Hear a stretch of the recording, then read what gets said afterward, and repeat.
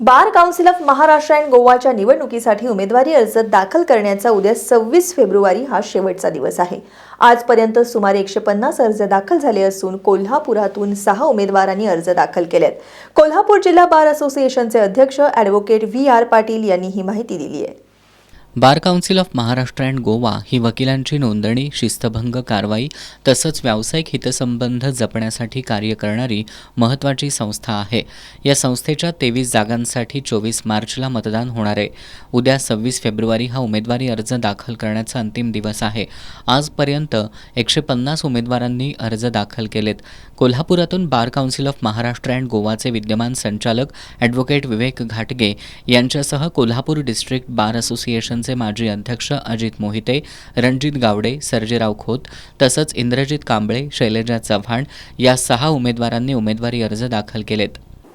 आणि आता 24 मार्चला जी निवडणूक होणार आहे त्या निवडणुकीमध्ये एकूण 25 सदस्य बार काउन्सिलवर निवडून द्यायचे असतात।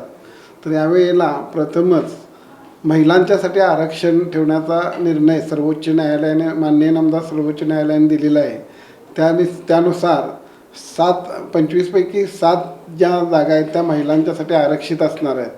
त्या आरक्षित जागेपैकी 2 जागा स्वीकृत म्हणून निवडण्यात येणार आहेत आणि उर्वरित 23 जागा ज्या आहेत त्यापैकी 5 महिला निवडून येणार आहेत आणि 18 जनरलमधून म्हणजे शक्यतो पुरुष निवडून येतील। अशा पद्धतीनं 23 जागांच्यासाठी मतदान होणार आहे।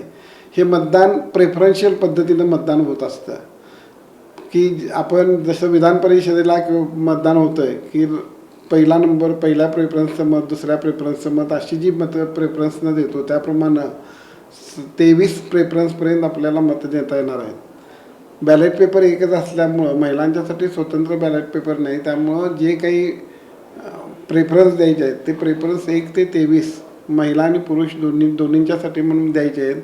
त्यामधून 18 जनरलमधून निवडून येतील आणि 5 महिला निवडून येणार आहेत।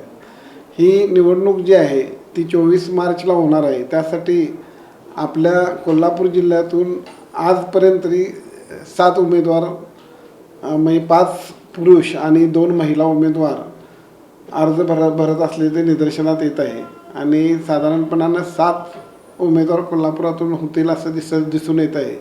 त्याचबरोबर आपले जे खंडपीठाचं क्षेत्र आहे कोल्हापूरचे 6 जिल्हे कोल्हापूर, सांगली, सातारा, रत्नागिरी, सिंधुदुर्ग आणि सोलापूर या 6 जिल्ह्यामधून साधारणपणाने 3 महिला उमेदवार होतील आणि साधारण 12 ते 14 पुरुष उमेदवार होतील असं एकंदरीत चित्र समोर दिसून येते।